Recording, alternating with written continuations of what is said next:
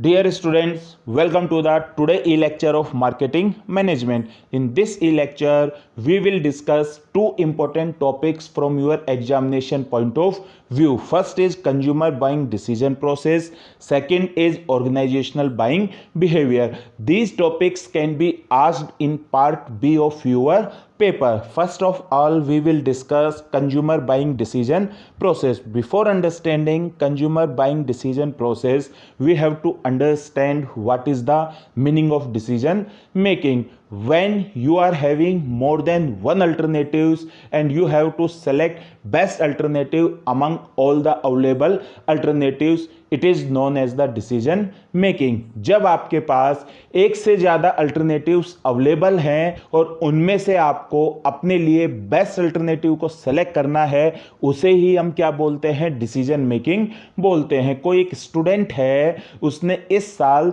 10th का exam पास किया है, उसके बाद उसे 11th में स्ट्रीम सेलेक्ट करनी है, उसके पास एक से ज़्यादा अल्टरनेटिव्स अवेलेबल हैं। वह साइंस मैथ भी ऑप्ट कर सकता है, साइंस बायो भी ऑप्ट कर सकता है, कॉमर्स भी ऑप्ट कर सकता है, आर्ट्स भी ऑप्ट कर सकता है। तो उसके पास है 4 अल्टरनेटिव्स अवेलेबल हैं, तो उसको इन 4 अल्टरनेटिव्स में से अपने लिए बेस्ट अल्टरनेटिव को क्या करना है? सेलेक्ट करना है। इसे हम क्या बोलते हैं? डिसीजन मेकिंग बोलते हैं। तो कंज्यूमर डिसीजन मेकिंग प्रोसेस का क्या मतलब होगा? जब कस्टमर की किसी प्रोडक्ट की कोई नीड होती है या उसे कोई प्रॉब्लम होती है, तो उसकी नीड को सेटिस्फाइड करने के लिए और उसके उस प्रॉब्लम के सॉल्यूशन के लिए नंबर ऑफ अल्टरनेटिव्स अवेलेबल होते हैं, तो उन्हें उन अल्टरनेटिव्स में से अपने लिए बेस्ट अल्टरनेटिव को क्या करना होता है? सेलेक्ट करना होता है। इसे ही हम क्या बोलते हैं? कंज्यूमर बाइंग डिसीजन प्रोसेस बोलते हैं। प्रोसेस का मतलब होता है एक स्टार्टिंग पॉइंट होता है और एक फिनिश पॉइंट होता है, और बीच में जो स्टेप्स होते हैं वो लॉजिकली अरेंज होते हैं। मींस जब तक फर्स्ट स्टेप कंप्लीट नहीं होगा, सेकंड स्टेप नहीं आएगा, जब तक सेकंड स्टेप कंप्लीट नहीं होगा, थर्ड स्टेप नहीं आएगा। तो consumer buying decision process basically 5 stages हैं, जिनके थ्रू कोई भी कस्टमर है वो एक्चुअली प्रोडक्ट को बाय करने के लिए पास होता है, गो थ्रू होता है। तो इन्हीं 5 स्टेजेस को ही हम क्या बोलते हैं? कंज्यूमर बाइंग डिसीजन प्रोसेस बोलते हैं। तो कौन कौन सी स्टेजेस हुई? First, problem recognition. Second, information search. Third, evolution of alternatives. Fourth, purchase decision. Fifth, post purchase behaviour. तो consumer decision making process start कहां से होगा? प्रॉब्लम रिकॉग्निशन पर, और ये कंप्लीट कहां पर होगा? पोस्ट परचेज बिहेवियर पर। अब हम एक एक स्टेजेस को डिटेल में डिस्कस करेंगे, और जो ये हम consumer decision making process discuss करेंगे, ये उन प्रोडक्ट्स के लिए डिस्कस करेंगे जो कि high involvement, high priced and less frequently purchase product होते हैं, क्योंकि इनमें कंज्यूमर इन 5 स्टेजेस के थ्रू पास होता है फाइनल प्रोडक्ट को परचेज करने से पहले। जिन प्रोडक्ट्स की यूनिट प्राइस कम होती है, जो कि हाई फ्रीक्वेंटली परचेज प्रोडक्ट होते हैं, उनमें ये 5 स्टेजेस नहीं होती हैं। उसमें तो प्रॉब्लम रिकॉग्निशन के बाद डायरेक्ट परचेज डिसीजन हो सकता है। जैसे कि फॉर एग्जांपल, आपको है भूख लग रही है, सामने समोसे की आपको दुकान नजर आई, तो आपकी प्रॉब्लम रिकॉग्निशन हुई, तो आपने डायरेक्ट है परचेज डिसीजन कर लिया, उस दुकान पे जाकर है समोसे को खा लिया। तो उसमें बीच में आपने इंफॉर्मेशन सर्च या इवोल्यूशन ऑफ अल्टरनेटिव्स को यूज नहीं किया। आप है असाइनमेंट्स बना रहे थे, पेन है उसकी इंक खत्म हो गई, तो आप सीधे दुकान पर गए, तो आपकी प्रॉब्लम रिकॉग्निशन हुई, आप सीधे शॉप पर गए और डायरेक्ट जाकर आपने पेन को क्या कर लिया? परचेज कर लिया। लेकिन जब हम कार परचेज कर रहे हैं, घर परचेज कर रहे हैं, हम है इसके अलावा कंज्यूमर ड्यूरेबल्स हैं, इलेक्ट्रॉनिक आइटम्स हैं, जैसे कि स्मार्टफोन है, लैपटॉप्स है, इनको परचेज करते हैं, तो हम इन 5 स्टेजेस के थ्रू पास आउट होते हैं। तो फर्स्ट स्टेप कौन सा हो गया आपका? Problem recognition. तो बाइंग का प्रोसेस स्टार्ट कब होगा? जब पर्सन को रियलाइज होती है कोई प्रॉब्लम या कोई उसकी नीड है, वो अनसेटिस्फाइड रहती है। जैसे कि फॉर एग्जांपल आपने एमबीए में एडमिशन लिया, अब आपने एमबीए में एडमिशन लिया तो आपको एमएस ऑफिस सीखना पड़ रहा है, पावर पॉइंट्स पर प्रेजेंटेशन बनाने पड़ रहे हैं, वर्ड पर फाइल बनानी पड़ रही है, कॉलेज में है आपके पर डे 1 आवर की कंप्यूटर लैब आ रही है, उसमें आप अपना सारा वर्क कंप्लीट नहीं कर पाते हो, आपको घर पर भी काम करना पड़ता है लेकिन आपके पास घर पर लैपटॉप या कंप्यूटर नहीं है। तो अब आपकी क्या हो गई एक प्रॉब्लम कि आप टाइम पर अपने असाइनमेंट्स को सबमिट नहीं कर पाते हो, आप टाइम पर अपने प्रेजेंटेशंस को नहीं बना पाते हो। तो अब लैपटॉप परचेज करने के लिए आपका कंज्यूमर डिसीजन मेकिंग प्रोसेस क्या हो जाएगा, स्टार्ट हो जाएगा। दो फ्रेंड हैं, दोनों फ्रेंड ने साथ एक ही कॉलेज से एमबीए की, उसके बाद उनकी मैरिज हो गई, जॉब लग गई, उसके बाद एमबीबीएस हो गई, मींस मियाँ बीवी बच्चों समेत। एक के पास 4 व्हीलर है, कार है, दूसरे के पास 2 व्हीलर है, बाइक है। तो जिसके पास 2 व्हीलर है वो किसी भी फंक्शन में अपनी पूरी फैमिली के साथ नहीं जा पाता है क्योंकि हस्बैंड वाइफ हैं और 2 बच्चे हैं, तो एक बाइक पर चारों नहीं आ पाते हैं। तो उन दोनों फ्रेंड्स के किसी एक कॉमन फ्रेंड की है, वो मैरिज थी, तो उसमें है जो फ्रेंड जिसके पास बाइक है उसका जाना भी कंपलसरी है। तो वो अपनी वाइफ को बोलता है कि इसकी शादी में तो या इसकी मैरिज में तो हमें जाना पड़ेगा। तो एक है वो आगे टंकी पर बैठा लिए बच्चा, एक बच्चे को वाइफ अपनी गोदी में लेकर बैठी है और बाइक पर जा रहे हैं। तो भगत सिंह सर्किल पर ट्रैफिक लाइट है, वो रेड थी, तो आपकी बाइक है, उस फ्रेंड की बाइक रुकी हुई थी, तभी उसके बगल में उसका दूसरा फ्रेंड है, वो कार से आ गया और कार में उसकी पूरी फैमिली बैठी हुई थी। तो उसने अपने उस फ्रेंड को देखा तो जानबूझ के हॉर्न बजाया और गाड़ी का विंडो नीचे कर कर बोला, अच्छा तुम भी उस फ्रेंड की अमन की शादी में चल रहे हो, ठीक है पहुंचो, अच्छा भाभी जी नमस्ते।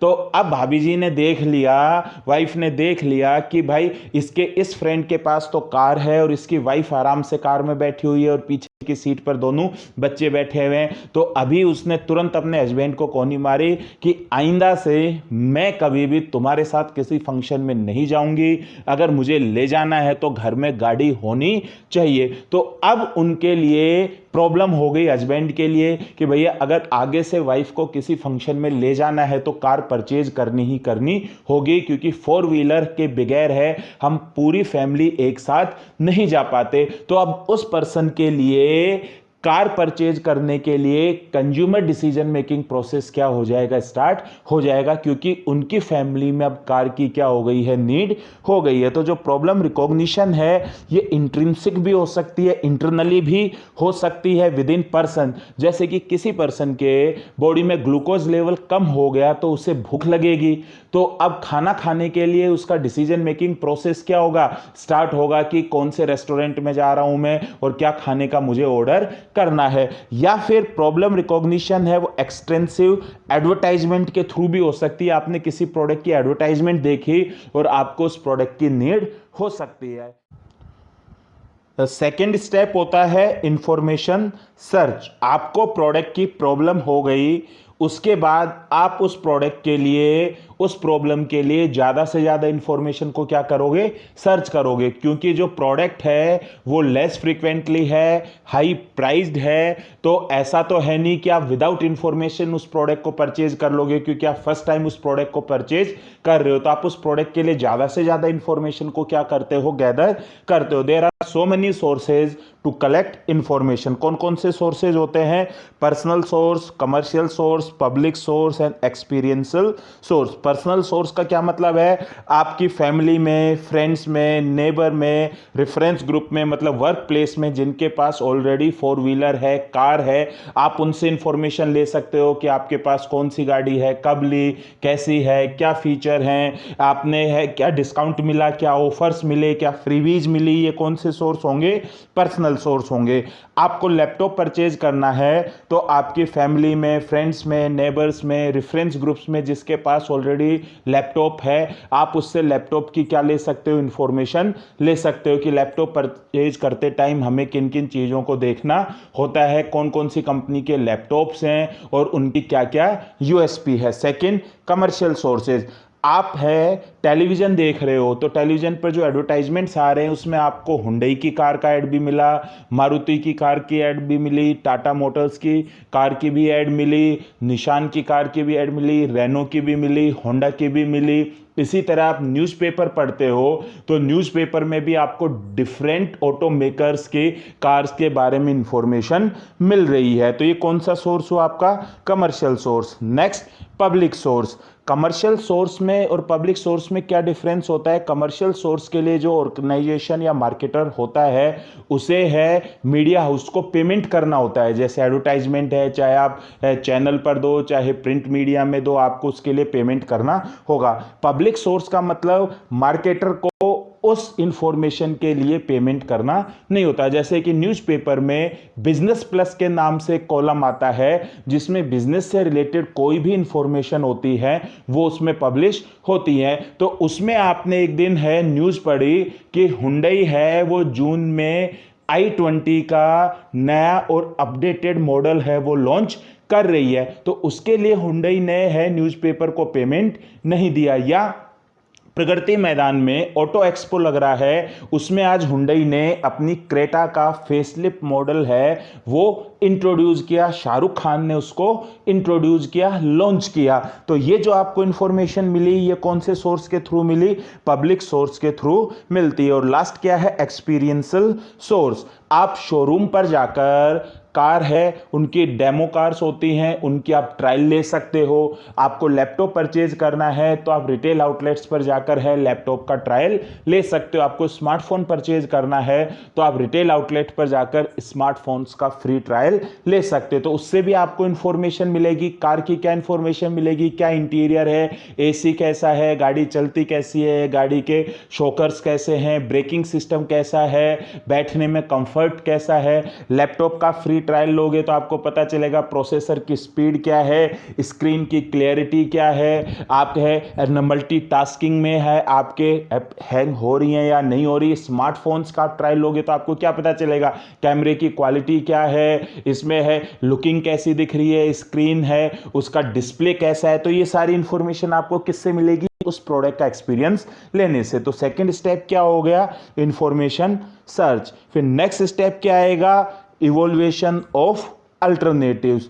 इस स्टेज में हम 4 या 5 अल्टरनेटिव्स को सेलेक्ट कर लेते हैं और कुछ क्राइटेरियाज डिसाइड करेंगे।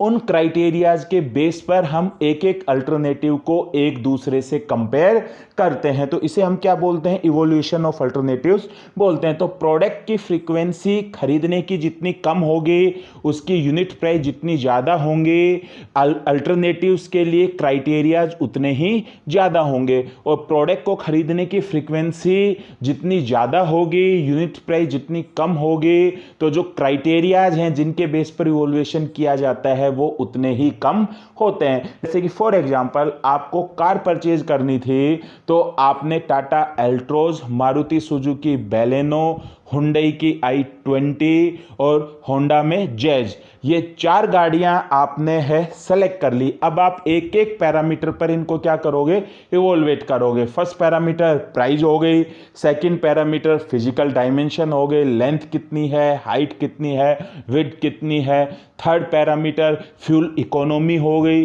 फोर्थ पैरामीटर है बूट स्पेस हो गया, फिफ्थ पैरामीटर है इंटीरियर्स में क्या क्या फैसिलिटी मिल रही है, सिक्स पैरामीटर फ्रीबीज कितनी मिल रही हैं, सेवंथ पैरामीटर है सर्विस है वो कितनी फ्री है और कितनी बाद में पेड है, इनकी पर ईयर मेंटेनेंस कॉस्ट कितनी है। तो ये कुछ क्या डिसाइड कर लिया आपने? पैरामीटर्स डिसाइड कर लिए जिनके बेस पर आप एक एक कार को क्या करोगे? इवोल्वेट करोगे। लैपटॉप के केस में आपने फॉर एग्जांपल डेल है, लेनोवो है, HP है और SR है, 4 कंपनी के लैपटॉप हैं, उनको अभी आपने एज ए अल्टरनेटिव फाइनल किया हुआ है। तो अब आप क्राइटेरियाज बनाओगे। फर्स्ट क्राइटेरिया जैसे आप बना लोगे RAM, second criteria hard disk, third criteria screen size, fourth criteria processor, fifth criteria price. तो अब आप एक एक लैपटॉप को इन क्राइटेरिया के बेस पर क्या करोगे? एक दूसरे से कंपेयर करोगे। तो इसे हम क्या बोलते हैं? इवोल्यूशन ऑफ अल्टरनेटिव्स बोलते हैं। फिर नेक्स्ट स्टेप क्या आ जाएगा? Purchase decision.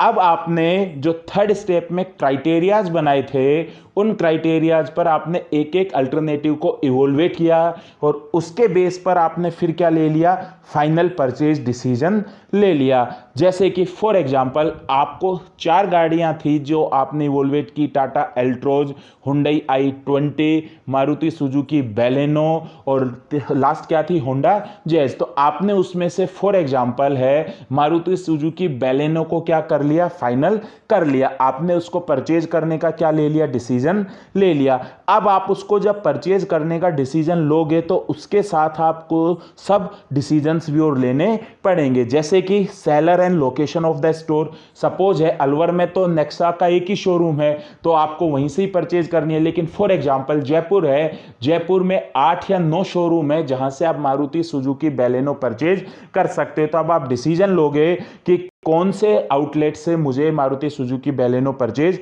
करनी है। नेक्स्ट, टाइम ऑफ परचेज, कि अभी नेक्स्ट मंथ है, मेरा बर्थडे आने वाला है या हमारी एनिवर्सरी आने वाली है या दिवाली के पास हम परचेज करेंगे।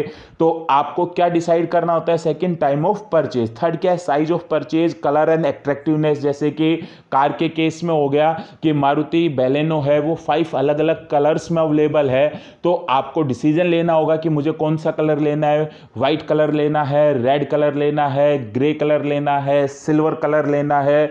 प्राइस ऑफ द प्रोडक्ट, अब बैलेनो है उसके भी अलग अलग क्या हैं, मॉडल्स हैं। जैसे कि फॉर एग्जांपल हुंडई में है एरा है, मैग्ना है, स्पोर्ट्स है, एस्टा है, टाटा में XZ है, XC है, XM है, XT है, मारुति बैलेनो में डेल्टा आ रही है। तो ये क्या हो गए आपके अलग अलग मॉडल्स, तो इनकी प्राइस क्या होगी, अलग अलग। तो आपको डिसीजन लेना पड़ेगा कि इनमें से मुझे किस प्राइस रेंज वाला प्रोडक्ट लेना है। फिर डिलीवरी एंड वारंटी, और लास्ट क्या है, payment period like credit agreement. की 8,60,000 की आपको गाड़ी पड़ रही है विद रजिस्ट्रेशन, तो आप पूरा का पूरा कैश दोगे या 3 लाख रुपए कैश देकर बाकी का कार लोन कराओगे। तो ये आपको क्या लेने पड़ेंगे, डिसीजंस लेने पड़ते हैं। तो ये क्या हो गया आपका परचेज डिसीजन। तो आपने फॉर एग्जांपल अपनी मैरिज एनिवर्सरी वाले दिन है, वो गाड़ी है अपने जो नियरेस्ट आउटलेट था वहां से परचेज कर ली, वहां आप गाड़ी खरीदने गए, उसके एक बड़ी की के साथ आपने उसकी फोटोग्राफ खिंचा ली, उसके बाद मंदिर आकर आपने उस गाड़ी की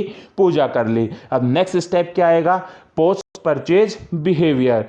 तो कस्टमर है अब उस प्रोडक्ट की परफॉर्मेंस को इवोल्वेट करेगा उसको खरीदने के बाद, क्योंकि उसने इवोल्वेशन ऑफ अल्टरनेटिव्स में जो क्राइटेरियाज के बेस पर डिसाइड किया था कि इन सब में से मुझे ये प्रोडक्ट बेस्ट लग रहा है। अब आप उस प्रोडक्ट को परचेज करने के बाद उन क्राइटेरियाज पे कंपेयर करते हो कि जैसा मैंने सोचा था प्रोडक्ट वैसा है या नहीं है। इसके अलावा आप उस प्रोडक्ट को कंपटीटर के प्रोडक्ट से भी क्या करोगे, कंपेयर करते हो। जैसे फॉर एग्जांपल आप फर्स्ट नंबर पर बैलेनो आपने रखा, सेकंड नंबर पर आप i20 में थे, आप इन दोनों में सबसे ज्यादा डायलेमा था कि बैलेनो परचेज करूं या i20 परचेज करूं। तो आपने बैलेनो परचेज की, लेकिन आपका कहीं ना कहीं मन i20 के लिए भी था, लेकिन हमारे पास इतने रिसोर्स नहीं थे कि एक साथ हम दोनों गाड़ियां परचेज कर लें। लेकिन आपके किसी दूसरे फ्रेंड ने i20 परचेज की, तो अब आप अपनी गाड़ी की परफॉर्मेंस के साथ साथ उसकी गाड़ी की भी परफॉर्मेंस देखोगे। आप अपने उस फ्रेंड से ही पूछते रहोगे कि भैया गाड़ी की क्या एवरेज आ रही है, गाड़ी की सर्विस कैसी लग रही है, कंपनी से आपको सपोर्ट मिल रहा है नहीं मिल रहा, गाड़ी कंफर्टेबल है या नहीं है। अब पोस्ट परचेज बिहेवियर में 3 आउटपुट्स निकलकर आ सकते हैं। अगर जो आपने इवोल्यूशन ऑफ अल्टरनेटिव्स में जिन क्राइटेरियाज के बेस पर डिसाइड किया था, अगर वही क्राइटेरियाज आपको मिल रहे हैं तो आप सेटिस्फाइड हो गए। जैसे कंपनी ने है 23 किलोमीटर पर लीटर की एवरेज क्लेम की थी, तो आपने सोचा था इतनी तो कंपनी बोल रही है, 20 की मिल जाए एवरेज तो वही मेरे लिए बहुत है। अब जब आप उस गाड़ी को यूज कर रहे हो और वही 20 के अराउंड आपको एवरेज मिल रही है, तो अब आप उस कार से क्या होगे, सेटिस्फाइड होगे। लेकिन आपने सोचा था 20 की एवरेज मिल जाए, लेकिन गाड़ी मुश्किल से 13-14 किलोमीटर पर लीटर की एवरेज दे रही है, जो कि आपकी एक्सपेक्टेशन से बहुत कम है।